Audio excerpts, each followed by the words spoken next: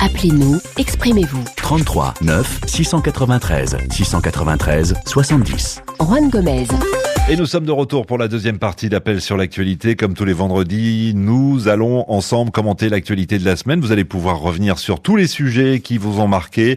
L'antenne vous appartient plus que jamais jusqu'à 11h heure de Paris, 9h en temps universel, 20 minutes donc pour commenter tous les sujets, pour vous écouter, pour que vous puissiez analyser évidemment ce qui fait l'actualité dans votre pays ou partout ailleurs à travers le monde. Mais avant de passer au standard, je vous rappelle tout de même que dans la nuit de samedi à dimanche, la France passe à l'heure d'hiver et lundi, nous allons donc nous retrouver toujours à 8h10 temps universel. Mais attention, si vous êtes à Paris, si vous nous écoutez en Europe, l'émission sera désormais à 9h10 heure de Paris. Donc 8h10 temps universel, 9h10 heure de Paris à partir de lundi prochain. La libre antenne 33 9 693 693 70.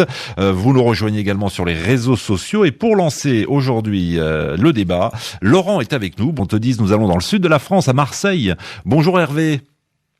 Bonjour Juan Gomez, Bienvenue. je vous remercie de m'accueillir. C'est normal, c'est votre émission également. Vous revenez sur la situation en Centrafrique, d'autant que cette semaine, les 10 pays membres de la communauté économique des États d'Afrique centrale ont ordonné à la force africaine déployée sur le terrain de désarmer sans délai et par la force si nécessaire tous les éléments étrangers qui sèment le trouble actuellement en Centrafrique. Vous dites que c'est une bonne décision, mais c'est insuffisant. Oui, Gomez, pour d'abord, ça veut dire que ces chefs d'État d'Afrique centrale, c'est eux-mêmes qui ont organisé ce désordre politique en Centrafrique. Toutes ces décisions qui ont été prises lors de cette réunion auraient pu être prises depuis le mois d'avril, notamment la conférence nationale qui est préconisée, avant même la mise en place des institutions de transition. Bon, nous prenons toutes ces décisions qui vont à peu près dans le bon sens, comme une bonne nouvelle.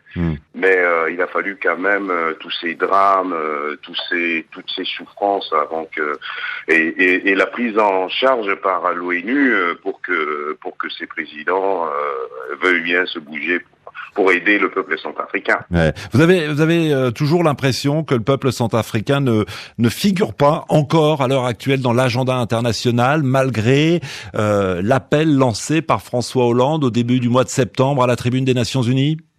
Les lignes ont commencé à bouger à peu près, mais ce qu'on veut réellement pour ce pays, c'est que ça ne se répète plus. Souvenez-vous, en 2003, ces mêmes autorités avaient accepté qu'un régime issu d'un putsch soit reconnu. On a fait la même chose et donc on s'inquiète que dans 10 ans encore, on revienne à la case départ.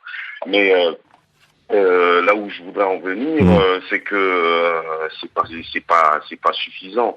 C'est pas suffisant. Et puis il faut impliquer notamment sur le plan militaire des forces armées centrafricaines, qu'on peut rapidement les reconstituer, puisque on a des fichiers informatiques au niveau de l'Office national d'informatique, où on a tous les matricules de ceux qui faisaient partie des FACA, et on peut les redéployer, parce qu'on a à peu près 8000 hommes.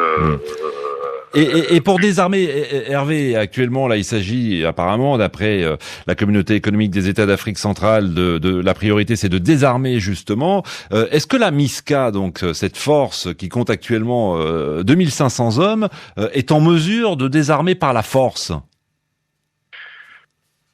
C'est possible.